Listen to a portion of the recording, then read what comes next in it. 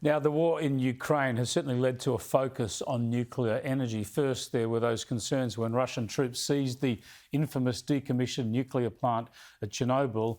And then there were concerns when a fire was started by armaments at Europe's largest nuclear power station in central Ukraine. But also Europe's energy crisis has been exacerbated by Russia's invasion, prompting some countries to re-examine their nuclear industries. France, of course, has started what they're calling a nuclear renaissance, with major new nuclear power plants to be built there. And Germany, in all sorts of strife over energy without Russian gas, is looking at extending the life of nuclear plants that were to be shut down before the end of this year. Let me bring in the former CEO of Australian Nuclear Science and Technology, Paterson. Good to talk to you again, Adi. You would have been interesting watching these developments with keen interest. Absolutely, Chris. I'm very interested also in how it isn't completely sorted out in Germany. There are still people trying to stop the restart who are in different parts of the political structure there. But basically, Germany is now heavily dependent on Russian oil and gas. If they had not switched off over the last 10 years or so, a great number of their nuclear plants, they wouldn't have this dependence. So they've set themselves up for a really challenging number of years. I'm still doubtful whether they'll actually switch on the plants. I think there are two that are left that can be switched on. I suspect that it'll be stitched up politically. Yeah, well, politics is one issue, and that's playing out, as you say. They have looked to extend the life of some coal-fired power stations because they are facing this energy crisis. Tell us when it comes to the science and the engineering, if they've started to decommission these nuclear power plants, is it very difficult to reverse that situation? Do you think they've perhaps have they gone too far down the decommissioning path? I don't believe so. I think it's more people who really didn't want that change to take place that are trying to do it in. Same thing's happening in the United States in one of the Florida plants, where the current Nuclear Regulatory Commission in the United States is stacked with people who don't really like nuclear.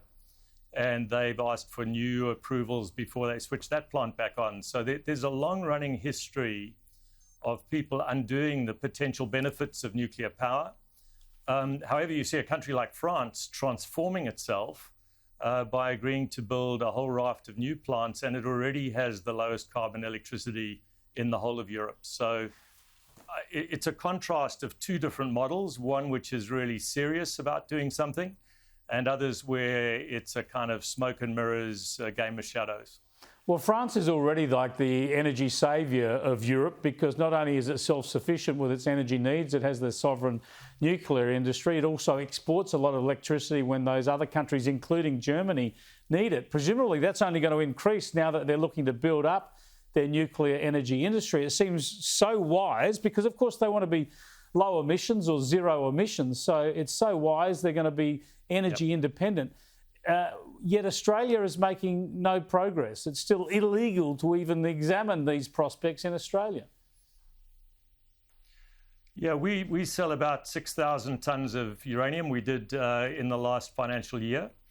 That uranium, if we used it to produce electricity in Australia, the amount we sell every year would produce 70% of Australia's own electricity, just plain swap for clean power. France is really interesting because it's the only country in the world that can take essentially uranium out of the ground and get it all the way into fuel. And it's my belief that it should not be against the law in Australia to convert our uranium into, first of all, enrich it. And if we enriched it, we'd be able to fabricate fuel. And if we fabricated fuel, we would add about 10 times the value for the $608 million that we currently get every year from selling it. So we could turn that into $6 billion. But it's against the law.